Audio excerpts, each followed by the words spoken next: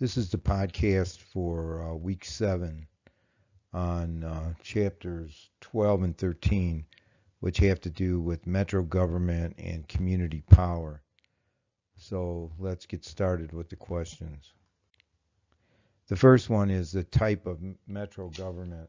The actual question is, what are the most common methods of metro reform?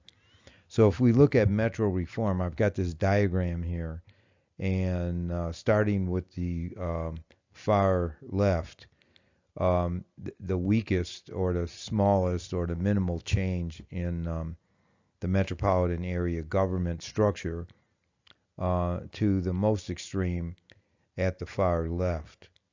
I mean, at the far right. So the far left starts with annexation. And annexation simply means that the existing government, some existing government like the city, will incorporate or take on some area outside the city and make it part of the city. That's what annexation is. So you may have an area outside of the city limits of, say, Joliet or Lockport or someplace like that, and currently that area is in the county, not in the city. And by a joint vote, a vote first of the city council of, say, the city of Joliet, and then the vote of the people living in the area outside the city. If both decide, majority of both decide to that they want to be part of the existing city, and the reason the voters would want to do it would be to get city services like streets and sewer and garbage pickup and things like that if they're provided by the city. And the city would want to do it because it would increase their tax base, get more people paying taxes to the city. So annexation, if both decided to vote in favor of joining the city council decided to vote the group in, and the voters decided to vote themselves as part of the city, then it would become automatically change the geographical boundary of the city, and that previously unincorporated area would now become part of the city, and that's what's called annexation. The second type is voluntary cooperation, and you see a lot of this kind of thing, especially in areas where the service is very much expensive, or maybe a jurisdiction doesn't want to duplicate what somebody else has. So you may have two cities and they decide to cooperate. An example of something that's expensive would be medical emergency equipment, like, for example, an ambulance or first responder people. So what they would do would be that the existing city that has it, usually that's the largest city, would probably already have ambulance service or first responders for medical emergencies, those kind of things. And that's a big deal these days, especially since so many people have heart attacks, that if the first responders can get there in time, they can oftentimes save somebody when they have their initial heart attack. Usually after that it's not so successful, but the first time it can be. Anyway, you get volunteer cooperation. Say you had the city of Joliet and the city of Romeoville deciding that they wanted to voluntarily cooperate in terms of maybe buying the equipment, the ambulance, paying for the training of the first responders in the medical emergency. And if one of the cities already has the equipment, then the other city would just pay for it, pay part of the expenses, and then the medical team would go out to both cities instead of just one. So you have this kind of voluntary cooperation where things are very expensive. Another area would be firefighting. That's another thing where it's very expensive equipment, hundreds of thousands of dollars for those trucks and so on. So they might decide to voluntarily cooperate with each other and cut the expenses down. Another area you might have is like a library, where maybe one city, like the city of Joliet, has a pretty good sized library, and then Romeoville and Crest Hill and other places like that have much smaller libraries. What they could do is they could pay, I don't think they do this now, but they could pay the city of Joliet a certain fee per card holder, um, and then allow people from Crest Hill and Lockport to use the Joliet Library. So it's things like that are voluntary cooperation. Again, this doesn't really change the structure of government, but it is a form of reform in the metropolitan area, just like annexation. Then the next type, and obviously this is the most common type, we talked about the Regional Transportation Authority in the six-county area around Chicago, um, as a example of special district. And so the RTA, that's what we talked about. That special district is a metropolitan special district. I don't think I said it at the time, but it is, and it's pretty common that you would have several counties or several jurisdictions um, sharing in a special district. And the reason, as I said before, that you would do that would be largely to increase the tax base and to spread out the cost of some expensive thing like public transportation. Public transportation is very expensive because you have these big buses and trains and so on, which are very expensive to build and to keep in service, and largely in a society where most people drive their cars. So special districts like metropolitan transportation districts are very, very common across the United States. So and that's the main kind of metropolitan change in government, where you create a special government just for one function, but it includes a large area, usually surrounding a big city like Chicago, and the Regional Transportation Authority as a good example. The last two are specific types of metro changes, where you fundamentally change the structure of government that exists. One is called a metro federation, and that's where you set up a federation, just like the national government, the relationship between the national government and the states. You would set up that kind of setup in the local area. So you'd have a metropolitan government, which would be correspond to like a national government, usually at the county level, and then the cities within the county would stay in business, but they would have less function, um, and they would be part of the federation.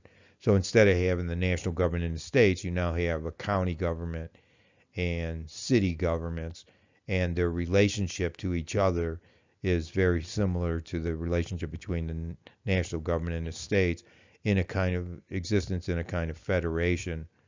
So that kind of thing you find in a few places in the United States. Metropolitan government as such, that is metro federation and city county consolidation, those things have not really caught on in the United States, largely because existing governments don't trust the idea of going out of business and having some metropolitan government running the show.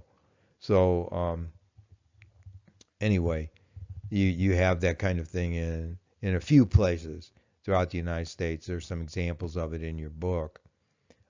City-county consolidation is the most radical or most fundamentally changing of the reforms, and what that is where the city and county come together to form a government, and that government runs the metropolitan area. So those are what we call metropolitan reforms, and like I said, you can see examples of them in your book. I won't talk any more about that now. The second question is, what are the what are the arguments in favor of metropolitan reform? And I listed some here. Um, People who advocate metropolitan reform say it'll reduce the cost of government. In other words, what it's going to do is it's going to consolidate government, bring government together, so you have fewer entities, and therefore it should be less expensive. Like I said once before, I never trust anybody who says they're going to reduce the cost of government. Um, but anyway, that's one of the arguments. A second thing is more equity in the tax burden. That is, the tax burden is shared uh, over a larger geographical area.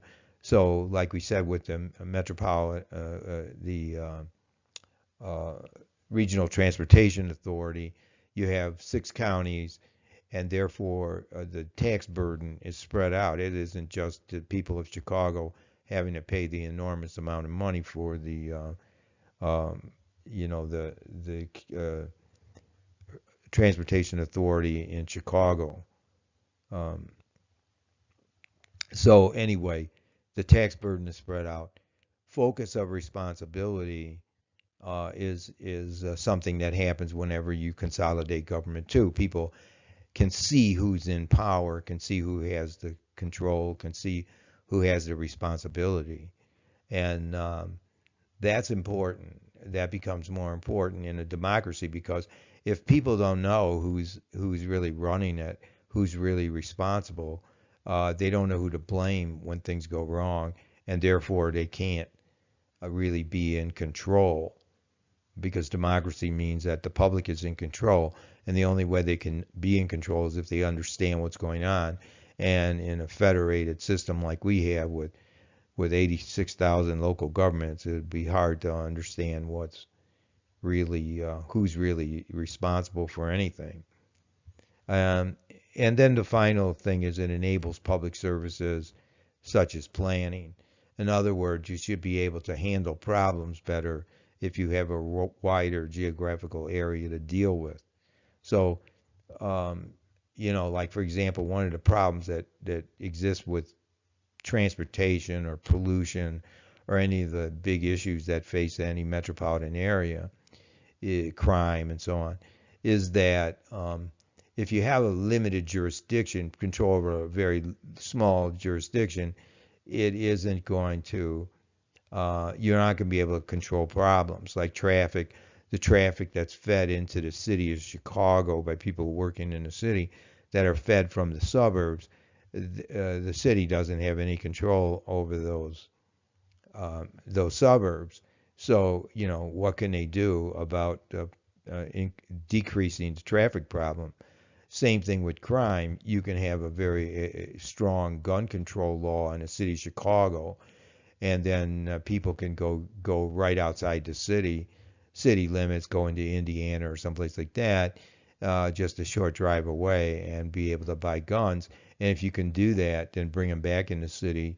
The gun laws of Chicago really don't mean anything except to punish people when they get caught. So the whole concept is that if you really wanted gun control, that if you had a regional government that could handle that problem, then they would have widespread gun control laws, and therefore be able to manage the problem much better. If same thing with traffic or pollution or anything else you can think of that you could call a metropolitan problem. So if you the argument always is if you have metropolitan problems, that is some problem like crime or transportation or pollution or whatever that crosses geographical boundaries, that is goes beyond say the city limits of the city of Chicago, um, then if you got a problem like that, then you need metro reform in order to solve the problem. That's essentially the argument. Um, what's the difference between elite and pluralism? Um, I think I asked a question. I don't know why it's listed as number 2 here, but um, what's the difference between elitism and pluralism? This should have been 3, not 2. Anyway, let's just go on with it. Um, in terms of elitism, what elitism says is that society is divided along class lines. There's the upper class, and then there's the rest of people. In other words, power is generated by economic control. It's sort of like the essential argument. I don't know if you're familiar with it, but it's the essential argument made by Marxism. I don't want to say communism because communism is more complicated than Marxism. But if you ever read the Communist Manifesto, you know what I'm talking about. Um, so the first thing is that society is divided along class lines, the upper class and then everybody else. Secondly, there's the all important decisions are made by a few, by the elite. In other words, this is where conspiracy theories really come in. People believe in elitism. They believe that elites make decisions. So you've got a small group of people, they're the economic elite, and they make decisions. They have all the power and they make the decisions. Usually the concept is they're behind the scenes. They're the people in control of the economy of the local area, and they make the decisions. And like the mayor and the city council and those kinds of people are just sort of fronting for these elites. Power is highly concentrated among those who have the vast wealth. So that's basically what I said. If you own the wealth, and I mean this is the big time people, like the people who have who generate most of the jobs in a city, like they own the factory or they own the retail stores or whatever it is that's generating the most jobs and the most money in the local area. The elite have a monopoly of the most important resources, and here this is how the elites and the pluralists differ, because the idea is that the resources of wealth are what really count. This is the most important thing, that the most important thing that counts are money, property, stocks and bonds, which all kind of, generate into just saying money, that they control what's going on because they control the money. And public policy benefits the wealthy. That is, whatever the government does, it benefits the wealthy, the elites, at the expense of everybody else. So somebody would argue, for example, that the tax structure, where the 1%, you remember when they had the Wall Street March and all that kind of stuff, that the 1% are the ones really making the profits. They're the ones really getting the wealth of the country, and everybody else is kind of getting screwed. That's elitism in a nutshell. And pluralism is the opposite of that. Pluralism says interest groups, not economic elites, are in control of government. So it says, that if you look at the power is in interest groups in the United States, and that's what the pluralists would say. And that doesn't mean that the interest groups don't have an economic base. In other words, like you've got the American Medical Association representing the economic interest of the doctors, and you've got the American Farm Bureau representing the economic interest of the farmers. The difference is, it's not that they're arguing that economics isn't important. What they're arguing is that it's more spread out. Pluralism means a wide variety of people share power. And so what they're saying is that if you look at interest groups, there's a lot of them. It isn't just interest groups that form a small cadre of people who have the same interests. It's a whole variety of interests that play off each other. The farmers are against the doctors, who are against the lawyers, and so on and so forth, all the way down the line. So number two, interest groups compete with one another and produce a compromise policy that tends to be good for the many. So rather than the public policy being just good for the 1%, the public policy is said to be good for everybody, because that's what compromise does. It's a system. Compromise is a system where nobody gets their way. Everybody gets some piece of the pie, and therefore, in a sense, that's good for the common good. Um, Third, and here there's a difference again between the elites and the pluralists, there's a diversity of resources useful in political life besides wealth. So it's not just all about money. There's the ability to mobilize voters, for example, work in campaigns, um, doing things that people can do that don't have money, voting, getting voting blocks together, that kind of thing. And then pluralists are optimistic that the public interest will prevail. There's a sense kind of going back, way back to Rousseau. I don't know if you've ever studied political theory, but the idea of Rousseau was that the many always win out and the common good is served and all of that kind of thing. Um, in our day of cynicism, alienation, so on, a lot of this pluralism looks like pie in the sky. And to most of us living in the 21st century, we probably would think would align more with the elitist arguments. But I'll leave that to you. The last one is what makes more sense and why. So you have to decide whether you think pluralism makes more sense or elitism makes more sense. Political scientists in general tend to be pluralists. They tend to be people who kind of believe that the system of democracy really works in the United States because interest groups play off one another. Um, so practical politics wins out over ideology. That's harder and harder to believe if you're paying attention to politics in our time in the 21st century, because ideology just seems to be dominating. You've got um, not necessarily a majority of the Republican Party that are in the Congress right now. You've got the Republicans dominating the House and the Senate, but you've got a huge portion of them that are real ideologically bent. They're the tax reform and groups of people that are Tea Party types and all of that, and so they're more ideological. That is, they're not so bent toward compromising.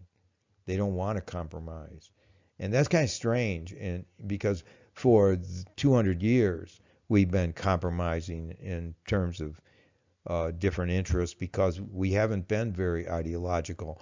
One of the ways you could describe America as a country that's more pragmatic than ideological, but that seems to be changing. But again, you can make up your own mind, decide whether you think it makes more sense. Look at those arguments as I presented them.